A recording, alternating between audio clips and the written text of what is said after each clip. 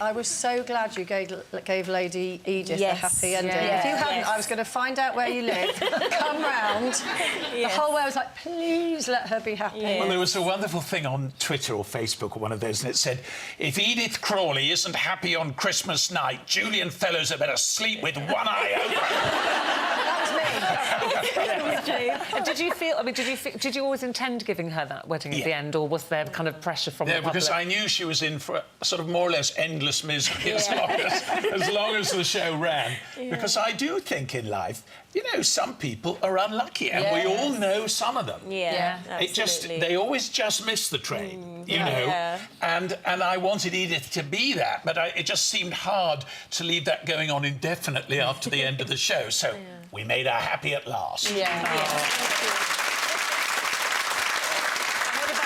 Carmichael, who plays Lady Edith, does she keep saying? Does she say to you, please, please, give me a wedding? Laura quite enjoyed the fact that she always had these tremendously dramatic plot lines to play, and she lost her child, and a man is dead, and the Nazis have killed her. You know.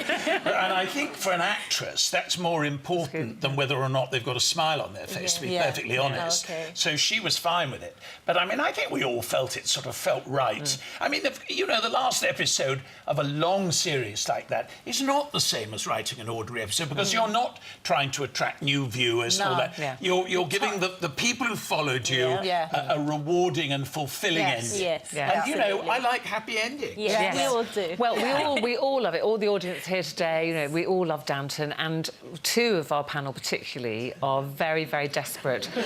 Should there be a film, which we're going to ask you about in a moment, they're very desperate for a part in it, OK? So we've decided, what an opportunity. We could not miss having you here and letting them audition. Non-committal smile. Non-committal smile. Say nothing until you have seen the performances.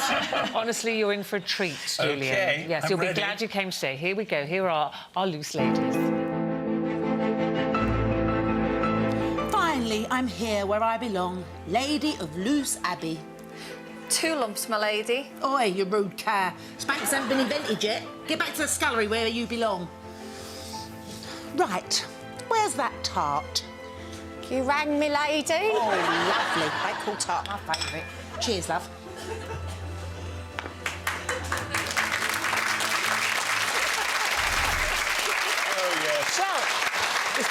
It's going to be very hard for you to decision, choose. real contenders. Yeah, you can only take one. You can see that at once. What did you think if you were critiquing that for them now? It was charming. That'll get you out of anything. Yes, you were charming, ladies. But the big question, of course, is there going to be a Downton film? Well, I mean, I hope there's going to be a Downton film. It's not me slowing it up, and I certainly think it'd be fun to do it in a different form, you know, because you would slightly restructure it. It wouldn't just be like another episode. And I think that'd be great. I mean, the difficulty is rounding up the actors, because they all left. You can imagine at the end of the show, one's making a series in America, another's in a play in the West End. Have you created monsters, Julian? Have you? My lips are sealed. So, not at the moment, Well, you know, I think it's quite unlikely they don't make a film, put it like that, because there is an audience out there for it. And, you know, I hope they do. And, of course, there would be new characters in it as well in the film, wouldn't there? She says, looking for a part.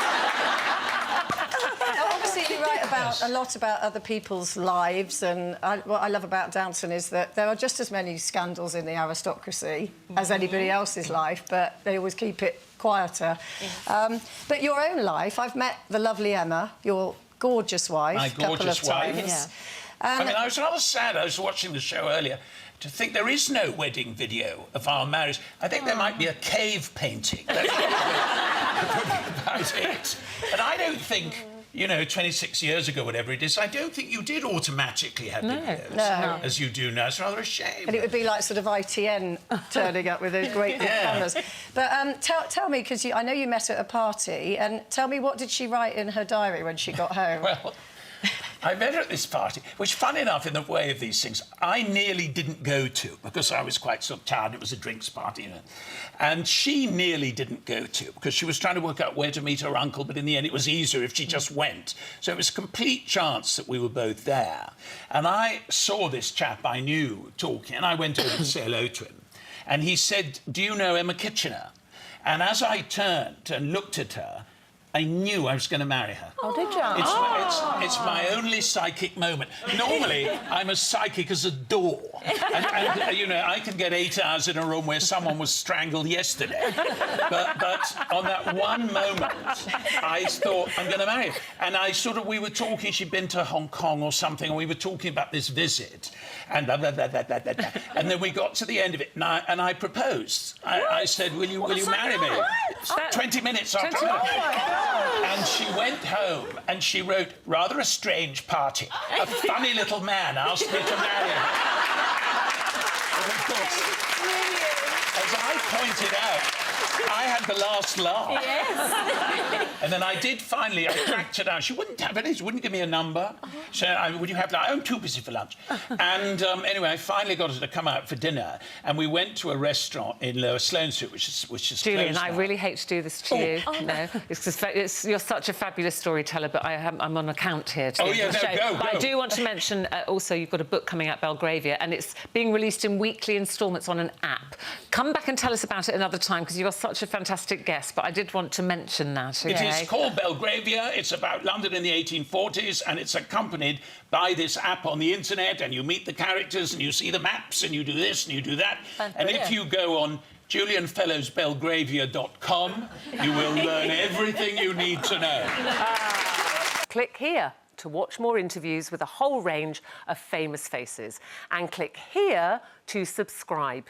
It's free, so you'd be silly not to, really. Addicted to bananagrams. Really? I would imagine Who she'd wins? be scary. Well, this is where it gets really bad, because I'm really good at Scrabble. Yeah. So I know all those little 2-letter words. Maggie doesn't know them. So she gets very, very cross if I play.